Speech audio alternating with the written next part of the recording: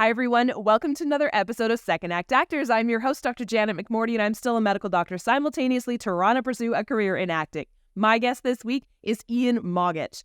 Iain is very near and dear to my heart because he is the artistic director of Theatre by the Bay. I mean, he's near and dear to my heart because he's a wonderful friend, and I really, really enjoy spending time with him and all the incredible things he's doing. He's a great person, but he's near and dear to my heart because of his job as artistic director at Theatre by the Bay.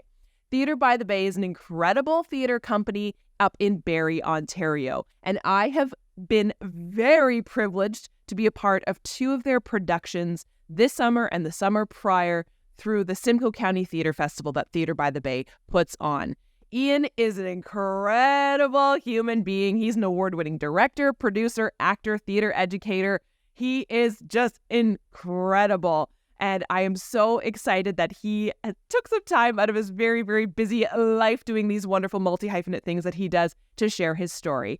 And for those of you who don't know, we touch on what actually an artistic director is. And I think this is so important because we did not go to theater school. We don't know what these people do in the artistic creative world, especially the theater world. So we touched on what actually he does. And there is an incredible production coming out right around the airing of this episode that he is involved in. It's called Iceman.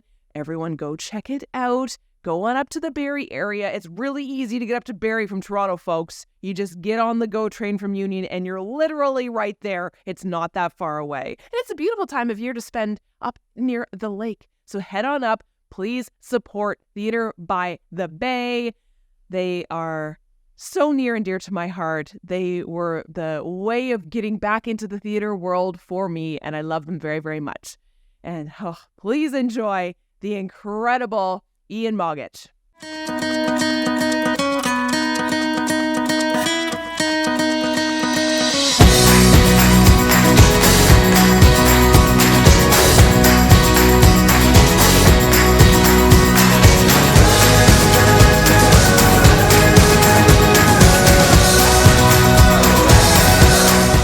The opening of Bobby.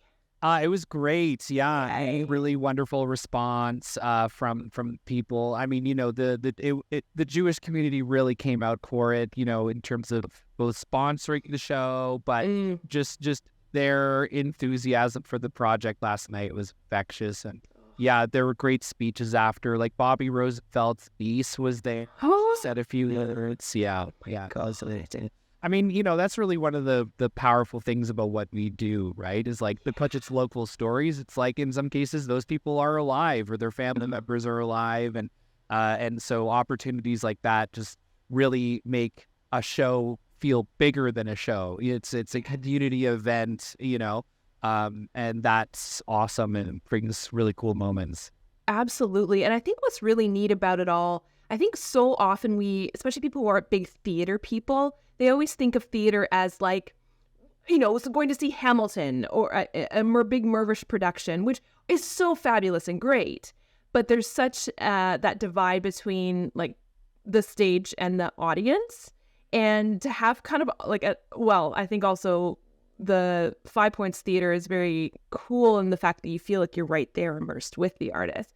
But to have something like that building community and it just almost being like interactive because you know these people their families are still alive, like that just really, I think it broadens the definition in people's experiences with theater, I think, in the past, which is so cool. Oh, absolutely.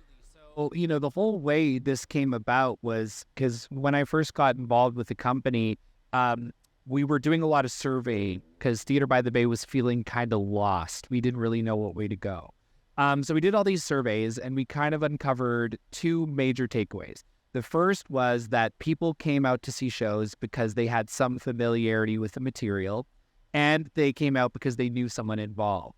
So, you know, so in terms of that, it was like, okay, well, you know, that means you can go kind of one of two ways. Either you do mainstream popular stuff, but the other way is to do stuff that's incredibly specific to your audience that they may have some familiarity with or about or have thought about or whatever, right? So like, for instance, Bobby and Bobby Rosenfeld, like those who know who she is are like, oh my gosh, I can't believe you're doing a show about her. And then those who don't come to see the show and they go, she was from Barrie? Like, how did I never hear about this person? So, and that really carved the path forward, and I think made us really unique. So yeah, like, you know, in terms of audiences in Simcoe County, they can go down to Toronto to go see Hamilton. They can go see, you know, some of the best Shakespeare in the world 2 hours away or whatever. So what can we offer? Well, what we can offer is shows about people like Bobby, Mary O'Brien with Mary of Shanty Bay, and then do other things that sort of foster the community, help support local artists that are living in the area, like the Simcoe County Theatre Festival. And that's sort of where we live, and it's a great lane to be in. Yeah. So tell me your story. How did you wind up where you are here and now with Theatre by the Bay? Sure. So, you know, like many people, I was a theater kid. You know, I was acting since I was in kindergarten. You know, I had my first sort of big show when I was 11. And it was that show. It was King John. I was Prince Arthur in Shakespeare's King John. And you know, basically that show was like, okay, I'm going to be in theater forever. So, you know, I went to the arts high school in Ottawa called Canterbury. You know, I did a degree at Carleton in history because I tried to like get out, but then theater was just what I needed to do. And then as soon as I started doing it again, it was like my soul clicked back into place. So I went to George Brown Theater School. And then in my third year at George Brown, this guy named Alex Doe, who was the artistic director of Theatre by the Bay at the time, came into our business of acting class. And he was like, hey, I'm launching this program called the Indie Producer Co-op, which is specifically for George Brown graduating students. And basically, it's a 6-week intensive in theater producing where you'll come up to Barrie and help us produce a show and learn, and we'll have guest instructors and stuff. So I knew arts leadership was something that I wanted to do eventually. Like artistic director was on the horizon for me. So I was like, this is the program. You know, I have to do it. There's no other choice. Like this is destiny knocking at the door. So I applied. Of course, I got into the program and I came to Barrie for the first time. I'd never been to Barrie before. And we were working on this show called the 9 Mile Portage, which was like a walking tour show along the bay. It was Theatre by the Bay's like first ever local story production. You know, and there were like sailboats on the water, and I was like by the water every day, and was like, oh my gosh, this place is awesome. So once the co-op was done, you know, I told Alex, like, if you ever need anything, I'm your guy. And within a few weeks, he offered me an associate producer job on a show that they were doing. But then through some sort of crazy circumstances, shall we say, they ended up needing someone to actually be the general manager of the company. So I was at this wedding and I get this phone call from Alex being like, hey, do you want to move up to Barrie and be the general manager? And I was like, oh my gosh. So I was like shaking at this, you know, reception at the wedding. Anyway, so I took some time to think about it, but I felt, you know, I knew arts management was the way I wanted to go eventually, but obviously the universe is saying it has to be now, like get into it now kind of thing. So I did. I moved up to Barrie, and I've been at the top of the company in various different sort of capacities basically ever since. And then when Alex stepped down from being artistic director in 2018, I became artistic director, and that's the job that I have now. For people who don't know, what is an artistic director?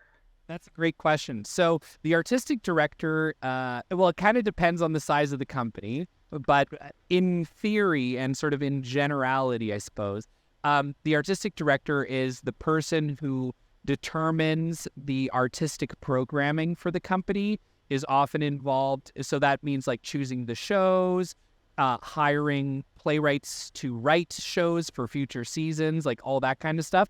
But then is also often quite involved in hiring. So, you know, choosing the directors, the designers on projects, that sort of thing. And then often they'll be creatively involved in the season themselves. So typically as a director.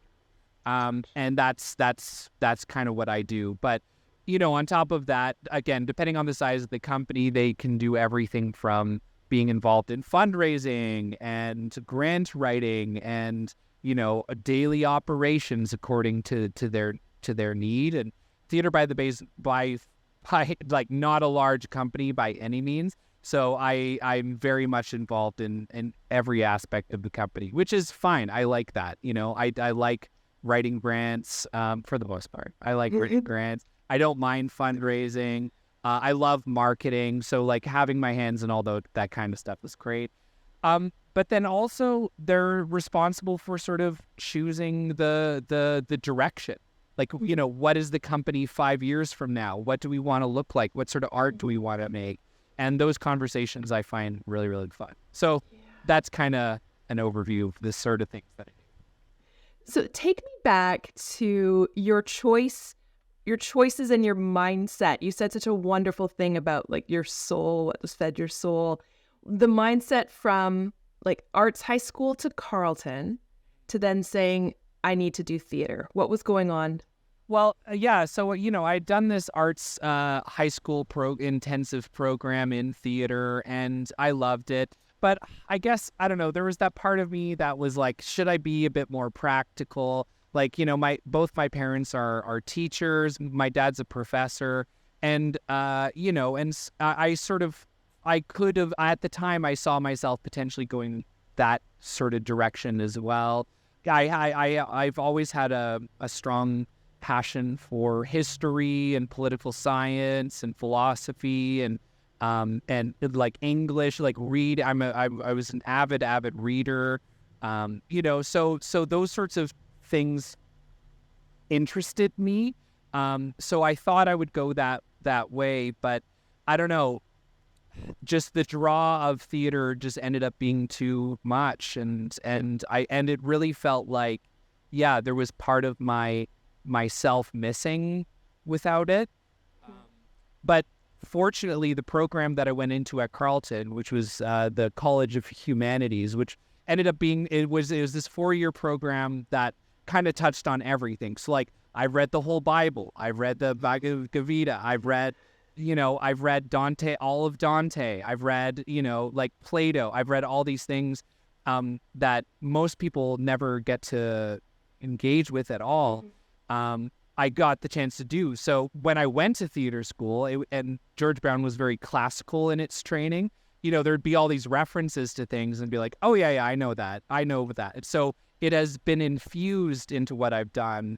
I haven't lost by any means the learning that I did there, but it's just that I'm applying it to art and to self-expression, and that even just, and also just the ability to write an essay is very helpful in arts management. How to craft a sentence, how to end a paragraph, how to convey an idea, how to read text, like a text more than once and know how to kind of critically analyze it. All those things I learned from Carleton and I apply to my daily life. So certainly not lost time, but yeah, everything's aligned now, which is what you want in life. So totally. And do you think because there's so much of what Theater by the Bay does that is like not just like here's some historical work, like here's parts of our history, but it's like, do you think that comes a lot from you and what you enjoy? Because there's so much joy in what you're bringing to Theater by the Bay, and it's also historical. There's kind of this lovely, it's exciting, but it's also like, hey, we're also getting a history lesson here. The Alex, the former AD, was the same. He also was a huge history buff. But in terms of, and also, I don't know, I guess on some level, it's a little bit easier to do local stories if you're drawing from something that's already happened as opposed to making things up from scratch entirely. But that said, so certainly that. But I also love the contemporary things. Like this is a very historical season this year, but next year it's 2 very contemporary, completely original shows. But you know, also if you look at some of the productions that I have done and will be doing, it's very political, so I don't know. There's that influence in there as well. Yeah. Now, when you were at George Brown, was there, or any time in your life, I should say, was there ever a thought of saying, okay, I love the acting part, and that's solely what I want to focus? Or how did you figure out that you wanted to do more arts management, or was it always there? I mean, it's kind of a funny story. I mean, George Brown was a straight up acting program. There was no room or time for anything else in theory. But on the first day at George Brown, you know, when we all go to the bar after a first day, one of my classmates comes up to me and she's like, I have a theory about you. And I was like, okay. And she was like, you're a director, aren't you? And I was like, how did you know? She was like, I just know. I just got all vibed with you right away that you're more than just an actor. And I was like, yeah, actually, ironically enough, I've done like increasingly more directing and less acting before I came here. But yeah, I want to do both. So yeah. And then also I was crazy. Like in second year at George Brown, one of my really, really good friends asked me to direct a show that he was working on with a friend of his while I was studying full time at George Brown. So I would finish George Brown and then go and direct at night. And it was bananas, totally bananas. But it was awesome. And I got to flex that muscle and apply some of the things that I'd been learning, which was great. But then also in our third year, one of our teachers, Jeanette, she caught on to the fact that I would be a good director. And so she kind of built a role for me in one of our grad shows that she was directing to be basically like the assistant director, just under a slightly different name, because she couldn't have that without, like, I don't know, equity probably being whatever. So I ended up kind of assistant directing one of the grad shows at George Brown in third year, which was.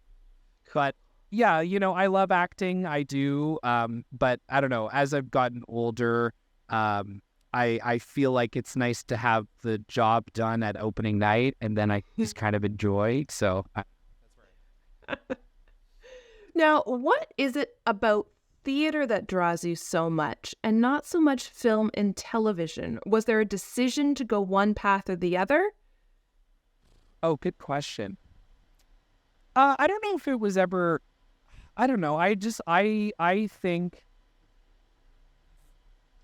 I've been a theater kid my whole life, certainly. So it's where I've invested a lot of my creative life and imagination. So I haven't really thought too much about film and TV, to be honest. But I don't know. I mean, from my perspective, just the ability, like the fact that theater is live and in the moment, the fact that, the actors can be finding things all the way past closing night in some cases, I think all that stuff is really special about it. I love that theater is something that is transient. Like, you got to see it while it's up, or potentially you may never see it. Like, there's something kind of magical and beautiful in that. I mean, who knows? Maybe one day I might get into TV and film, and certainly, the way, like, Canadian theater's in a bit of a rough shape, so probably having the flexibility to be engaged in multiple industries is probably healthier for one's career right now. But I don't know. It's where when I read a book, when I look at an art, when I hear a news story, when I engage with people, it's just how could this be a play is the first thing that kind of comes to my mind. And I don't know. So I think that tells me I'm in the right lane right now. Yeah.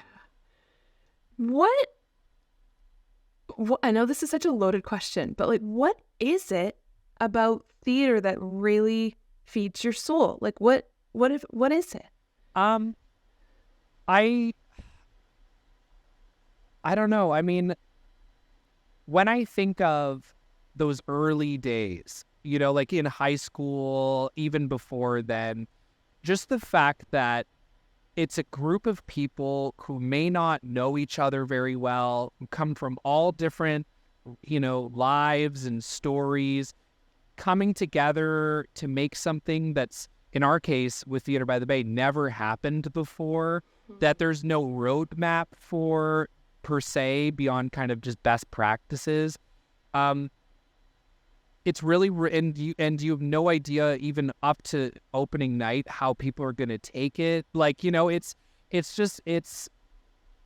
I think it's one of the most powerful art forms in the world in that respect. And, certainly because of like all of the increasing digitalization, which has its pros, but I think it's the community that fosters that liveness, I think, is really intangible.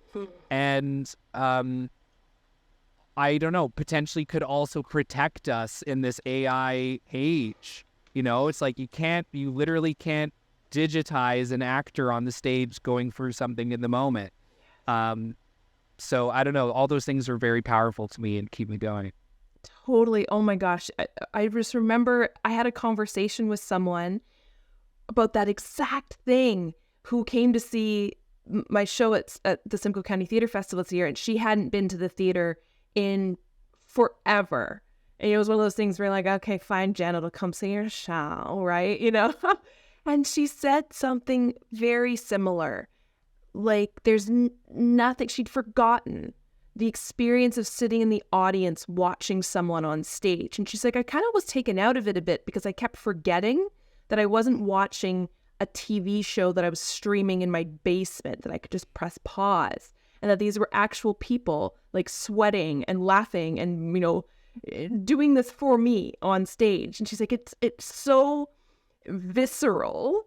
And I was like, yeah, it's anthropologically what we're meant to be doing, right? As people passing on stories in our lives. And I think there's no way that AI will ever take that away from us because we need it so much as humans. And I think, there's the potential that we'll need it even more as we increase it.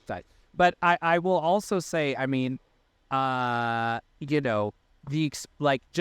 we just opened Bobby last night, and the experience of watching, Bobby Rosenfeld's niece watch the show, like how can there's nothing like that, watching a family member, experience an actor's take on their like someone who they knew so well and grew up with, like, yeah, it's really that can't be captured when you're watching a Netflix documentary at home, No.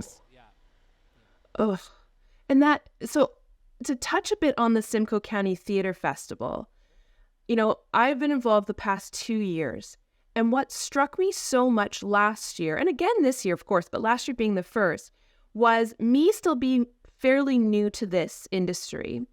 I had never had the chance to actually speak to the person who wrote the words that I was saying.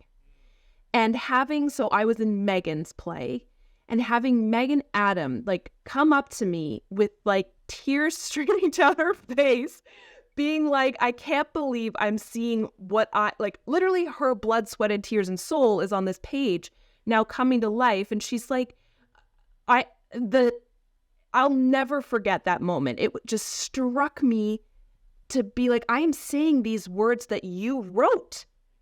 All these auditions that I do and the film and TV stuff is wonderful. But here's the literal playwright that I can talk to, and she sees that on the stage. It sounds so corny. What a blessing, right? What a joy. The whole Simcoe County Theater Festival came about because when I did move to Barrie in 2015, I was like, okay, where are the indie theaters? Because that's what I'm from. That was when I was from. I was like, where's the indie theaters? Oh, there aren't any? Okay, well, where's the Fringe Festival? Oh, there isn't one? The whole county. So, basically, as soon as I became artistic director and I was building kind of the first 5-year plan the company had ever had, one of the things where I was like, we've got to get a festival going for emerging theater makers. So people like yourself, diving into this industry, people like Megan writing her first one of her first full-length plays. Like, these are the kinds of things that this community needs to bridge that gap. Because when I got here, there was like, you could get potentially hired by Theatre by the Bay, potentially hired by Talk is Free, or you did community theater, which doesn't pay at all, So there's nothing in between that. And then, of course, on top of that, it's like, we love the Five Points Theater, but it's prohibitively expensive for any kind of startup company. The City of Barrie's granting program, which is one of the only ones in the area, their granting program just doesn't have the capacity to support new companies coming up. So it was kind of like, this is exactly what we needed. And I made it my mission to get this festival off the ground for moments like that to happen. For those kinds of connections. And did you know Megan before? Nope. Exactly. Like, you, Janet, Aurelia, and Megan from Barrie, like, coming together for the first time ever to make something, and now you're connected, you're friends. Like, it's great. I love it. I love it so much, and I think it's one of my proudest accomplishments. You should be so beyond proud. It made me and made others, I think, just so happy. Like, it was, and then something I'll always remember is that the Barrie Arts Awards this last year, there were a bunch of politicians there, as there always are, and somebody made some great comment about how, like, Barrie's not just a hockey town. And I was like, yes. I remember when I moved to Aurelia too, being like, where are the artists? Oh, here they are. They're in like a little hidden pocket. But once you find them, you're like, oh my gosh, look at all these people who, especially now that there's more and more people moving into Simcoe County, not everyone wants to play hockey and lacrosse, right? And people, I remember at the Arts Awards, this one man saying when he was growing up, he didn't feel like he had a place in Barrie because he wanted to do theater and he didn't want to play hockey. And that's what boys did. It just struck me so much. So what you're building, like, it's just going to grow and grow and grow, and then have this space for people to grow with it. Absolutely. Absolutely. I think it's a puzzle piece we've been needing for a long, long time. And I can't wait to see where it grows. Like, who knows? Why does it have to be in Barrie? Could it not rotate to different cities in Simcoe County every year? Like let's get people out. We should, and or potentially tour them. Like, we do a week in Barrie, a week at the Opera House in Aurelia, a week in the Midland Culture. Like, the potential for it is limitless. It just needed to start, and now it's started. Yeah. Since coming into more of an arts management theater space, has there been anything that has surprised you just about this industry in general? I mean, yeah, absolutely. I mean, I think the biggest thing is just there is way less money like across the board that people can possibly imagine. It's a way, way harder for companies to grow than you would ever expect. It's really, really challenging. I mean, with like the Ontario Arts Council, for instance, like, their maximum project grant is $20,000. The average Theatre by the Bay production is like $80,000 to $120,000, depending on the size of the show. That's like a fifth of the whole show comes with the main government source to support the arts in our province.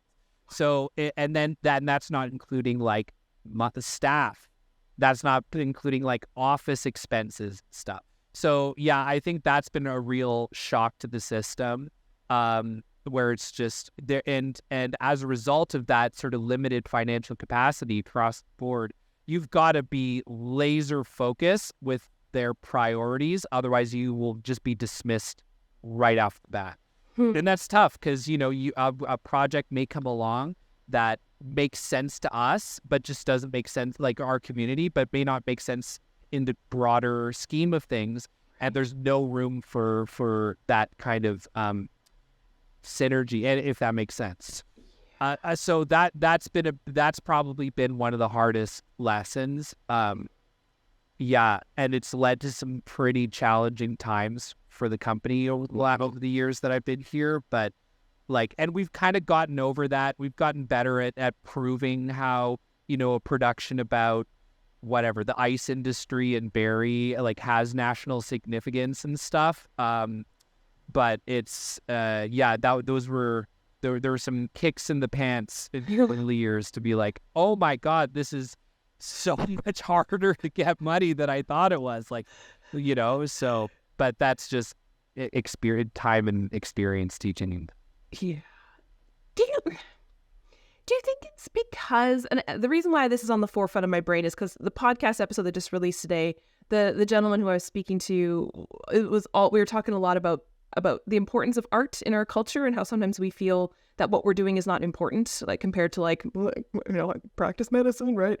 And he was very much art is the most important thing. It's literally the only thing for legacy that we have, is the storytelling that we pass on through our generations, whether or not it's, Bobby, Iceman, stuff like that, or, me passing down a story to my little niece about what I did for breakfast the other day.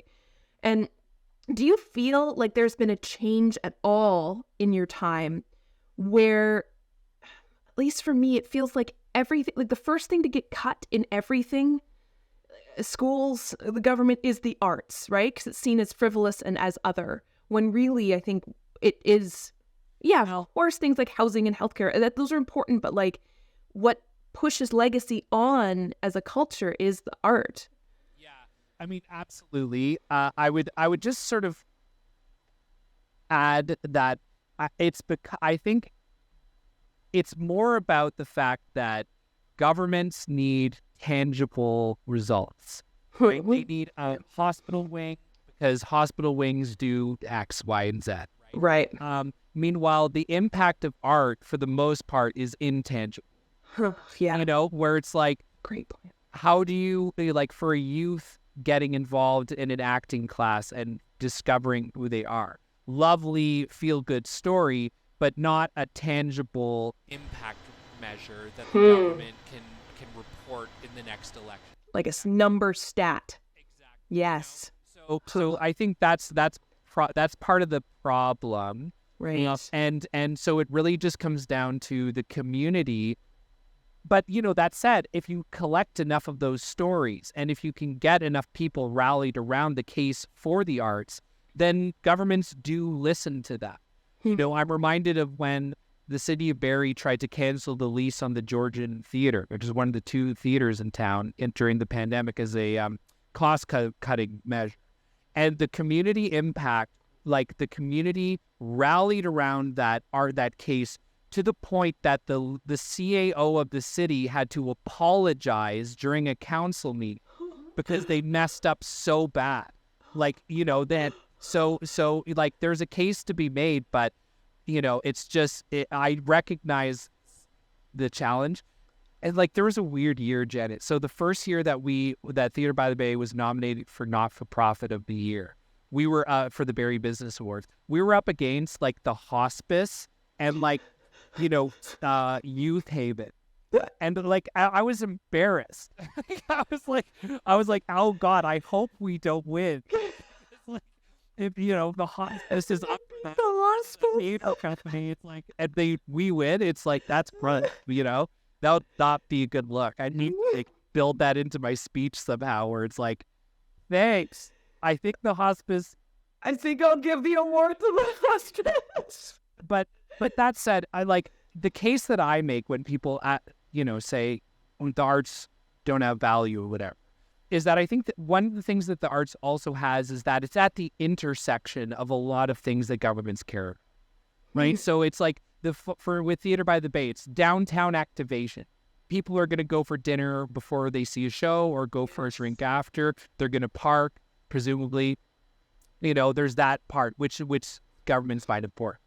Youth engagement and mental health, on a broad scale, that is something that they care about. So and the arts are really valuable at that. Like you mentioned, I think it was Josh in the Arts Awards who mentioned that he wasn't a hockey kid.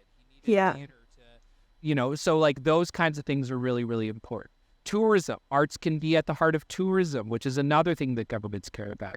So it's kind of up to like arts managers to make that case, because those are taking these intangible results, and also just that art should have value in and of itself, like these kinds of things. But then putting it through the lens that makes sense to them, and that is a bit of an easier, more tangible sell. Yeah, that's great points. Do you have any advice for anyone interested in either like going from acting to more of an arts management piece, or just anyone in general trying to get into this space? Yeah, I mean, I guess one thing to say is that, and I've seen this across the board, this isn't just a me thing, like artistic directors and arts leaders will always make the time for a coffee or whatever if they can. So if there's a company that like you, like obviously do your research before you don't just scattershot email, like do your research. But if there are companies that you're interested in potentially getting involved with, and you have an interest in sort of arts management, like ask for a meeting. And 9 times out of 10, unless they're really busy or they're literally in rehearsal from 10 until 6 or whatever, they will make that time for you and answer questions. And that's a great way to kind of just get a sense of like, is this something that you're interested in? Is this a person that you could see yourself working for? That kind of thing. So I think that's always a great place to start. And start kind of doing some research into who is out there in your community, and I don't know, potentially shadow or stuff like that.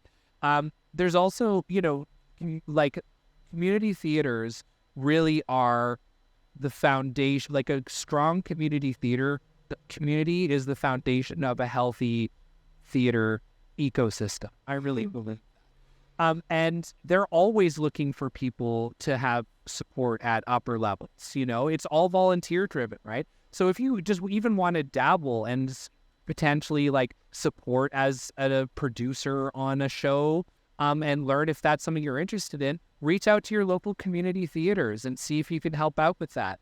Obviously, it wouldn't pay, but it could give you that chance to make something that you at the very least, hopefully being very proud of.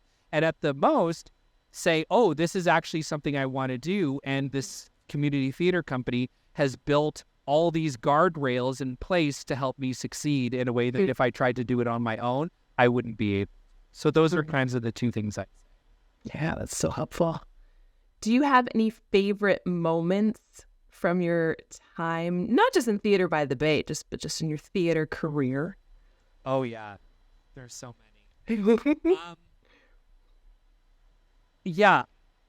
There's so many. I mean, the first thing that I did out of school was a production of Romeo and Juliet that we did at a brewery in Port Perry.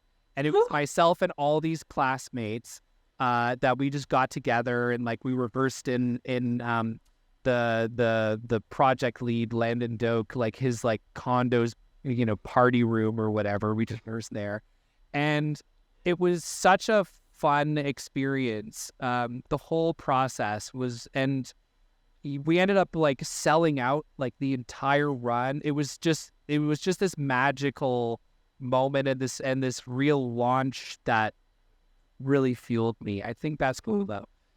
But on the Theater by the Bay side, the story I bring up is, so we did this show called the Cenotaph Project, and this kind of ties into a little bit to my earlier story about like community back.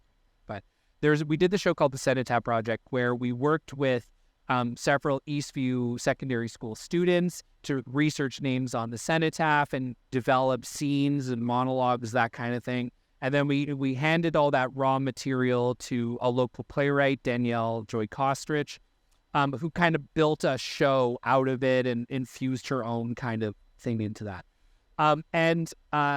So the run of the show happens, and we cast some of those Eastview kids that were involved in the development in the show, so they got to see it all the way through, which was really cool.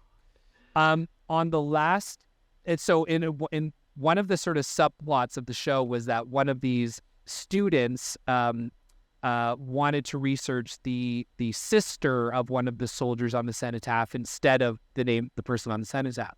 And in their sort of magical scene, she this character creates this scene where the sister gets to have a chat with her brother who died in the war and tell her all about all the amazing things that happened in her life that he unfortunately had to miss out on, of course, because he died overseas. Anyways, so the actor who played that student, who was one of these Eastview students, did some research, and it found out that the actual real sister person was still alive. So we invited her to the show for the closing performance.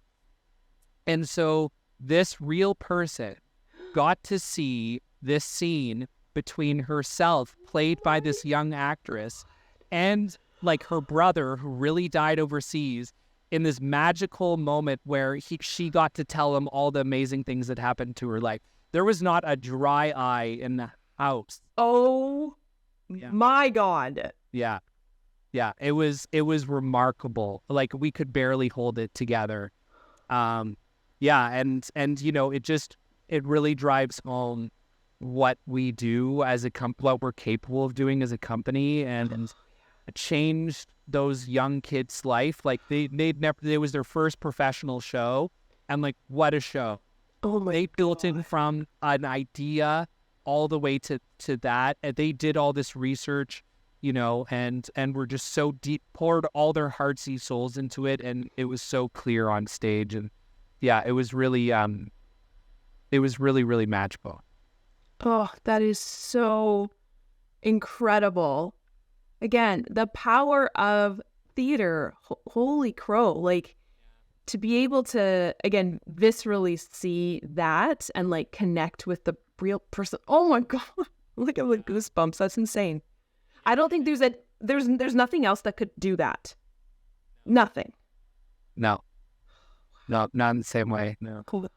Yeah, it was really, and then the energy in the room, like, it was just, it was really, really, really powerful. Really powerful. Yeah, I'll never, ever forget that. No. Never. Is there anything that you're looking forward to coming up? Oh yeah, so much I'm looking forward to. So, our next big project is Ice. Mm-hmm. This was actually a silver lining of the pandemic, how this all came about. So Vern Thiessen, who's the playwright, he's a Governor General's award-winning playwright, which is one of the highest honors a Canadian artist can receive. We got all this educational funding in March of 2020. Like, our biggest grant ever was to support developing educational program for Simcoe County Arts. Anyway, but then the pandemic happened, and everything had to go online. And the great part of that was that suddenly everyone in Canada was an option to teach, and everyone was available because everyone lost their job. So we emailed Vern, and I was like, hey, do you want to do a workshop with us? And he said, yeah, absolutely. He had never heard of us before. He didn't know what we did or whatever. But he did a playwriting workshop, and we kind of kept in touch. And then, at one point during a Zoom call, he was like, Iain, one of these days I'm going to have to write a play about Simcoe County. And I was like, Vern, like, what are you talking about? Like, we could never afford, like, don't play with my heart like that. And he was like, no, it's not really like about that so much, like, I really think what Theatre by the Bay is doing is really special, and I'd love to work with you guys on something. So I was like, holy crap. So I sent him my big list of ideas, because I have this big list of all ideas. So I sent him this big list, and he was like, and I had the title Iceman. I had that like locked in from even before I talked to Bull. And he was like, oh, I like this Iceman idea. So that we got chatting, and this idea of like, a show set in the Depression, just as artificial refrigeration was starting to take over jobs. Like this, like, it all kind of clicked into this very modern, contemporary way. And then that's that. That was 2-3 years ago that all happened, and it's almost here, and I get to direct it. I've been a fan of Vern's work since I was 16 years old. Like, I saw his production of Shakespeare's Will at Stratford, and it basically changed my mind about Canadian theater because I was such a snob. I was such a doer. But basically, at the time, I was like, a one-woman show about Shakespeare's wife by a Canadian playwright? Like, how good could this possibly be? And then I left and I was like, that's the best thing Stratford's ever done. Oh, So for that, that young Ian to be working on the world premiere of the show by Vern that he wrote for like my theater. for you. Yeah, is pretty special. So I'm really looking forward to that. And I don't know, if this is coming out while Bobby's running, but Bobby is great. It's really, really wonderful. So yeah, those are things. When does Iceman come out? November 1st to the 12th. Got it. I'll put all the details in the show notes below. Do you have any final words of wisdom or advice? Well, since this is about since your podcast is about actors, I guess stay curious. Do research, really, like find out who's out there. Don't be afraid to introduce yourself. I love when actors submit them. Like, this is probably bad to say, but I love when actors submit themselves instead of like through these massive agent listings where it's like this binder full of people that we have to go through. So I don't know. All those things are like, yeah, just get to know the company, and that will help you a lot. And just keep exploring what your why is. Why does theater or film or whatever matter to you? And, hold on to that, because as we all know in this industry, there are days that are tough. There are periods that are tough. And it's really having a strong why and a love for it that transcends basically anything else that's going to keep you going. So that's what I'd say.